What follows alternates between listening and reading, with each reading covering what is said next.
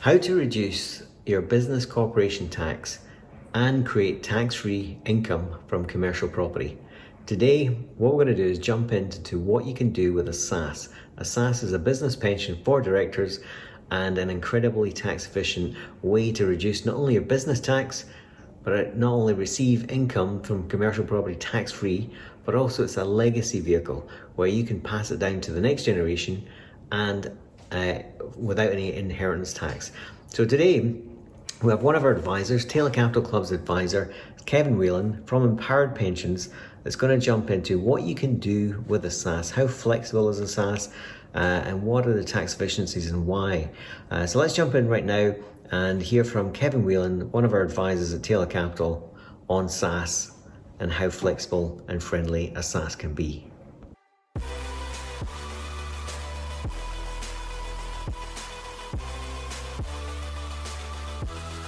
So move on down, let's explain a little just about what a SSAS can do. And it's really important that whether you have a pension or not, whether you want a SSAS or not, this is where our money comes from. I think we'll need to click on those down. So just click on all four. So there's four strategies. We call them the buy, the bridge, the borrow, the bank. And we teach this. So all of our trustees go through a training program so they understand exactly what they can do with their money. And the buy, bridge, borrow, bank are the sort of kind of four key cornerstones of what SSAS allows people to do. So let's talk about buy. Should we, Dan? Let's move on to that. So here's somebody we know. He's a commercial developer like you, Dan. He's one of our SSAS trustee clients. His name's Mark Stokes. Runs a great group for SSAS people called the SSAS Alliance. And he's an experienced developer. So let's take somebody who's very experienced first and see what he did. So here's just an example, although he's done many, many deals. If we move on, we can just explain what he did on one of the deals he did. So although he's recently done one in Colchester, this is one that was done in Hull. There was a commercial office converted to C3, grade 2, which is interesting as well. The SSAS that he's got from the combination of his funds and his business partners' funds, which moved into one common SSAS because you can pool their money together as directors. You can have up to 11 people in the SSAS, so it's a very powerful collaborative tool, and with permission for 18 apartments. And basically what he did there is they bought the property in cash in the SSAS, so by having the money available in the SSAS, they got a great value. And they turned that property into a 2 million GDV.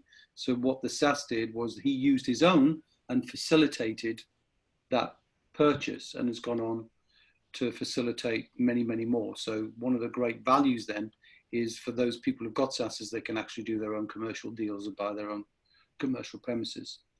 The next one that I'd just come on to, because I'm going to be brief on what you can do, but because one of the key things is you're always going to be able to move on to this one down, which is the bridge. Now in the bridge strategy, the key thing to understand is anybody who's got a SSAS can lend money to anybody else, provided these four rules apply. It's to an unconnected person. So I'm a SSAS owner. I could lend to Dan because Dan and I are not connected.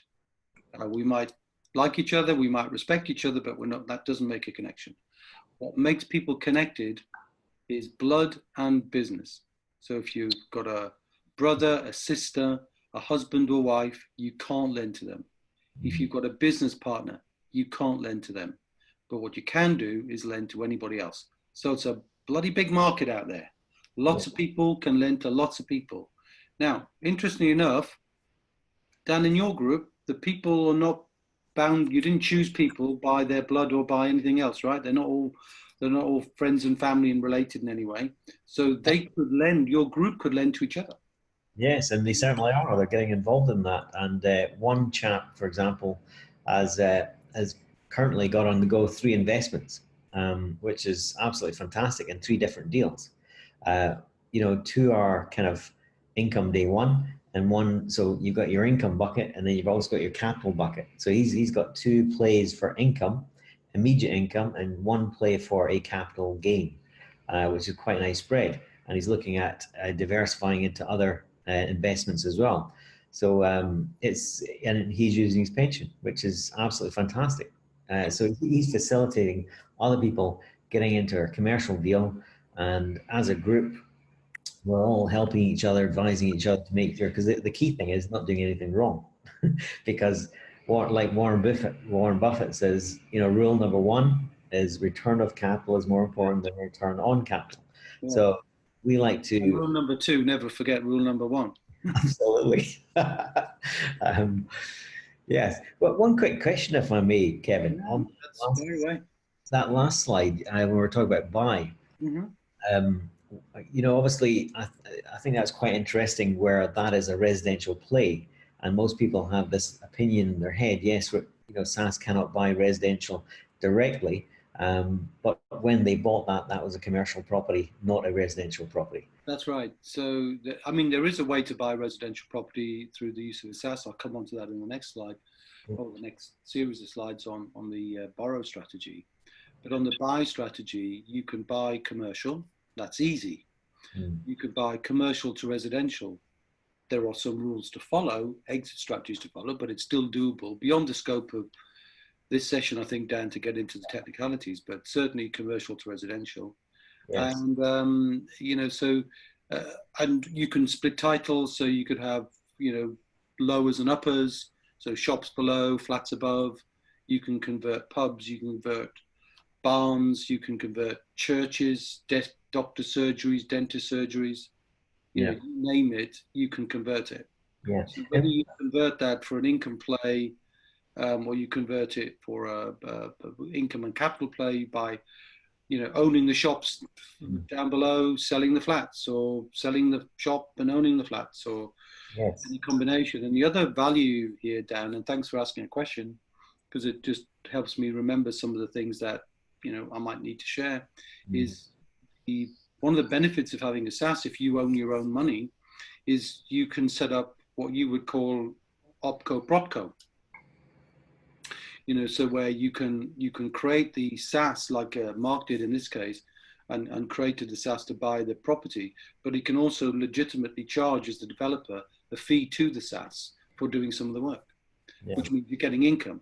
And now he's not 55, but he's getting lots and lots of income out of his pension way, way, way before traditional pensions would allow that. And that's just an incredible value.